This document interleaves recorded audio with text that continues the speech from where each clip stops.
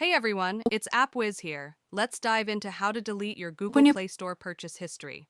Open your Play Store application and tap on your profile icon at the very top. From here, go ahead and tap on Payments and Subscriptions and tap on Budget and History. Here, you'll have the history of all of your purchase. Now head back and tap on your profile icon and go to Manage your Google account. Now tap on Data and Privacy. In this list, you have to go ahead and find for the option of Delete your Google service.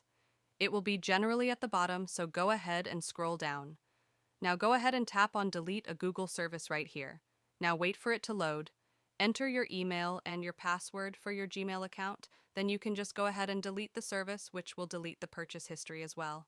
Hopefully this video was helpful and thank you so much. Please subscribe and like.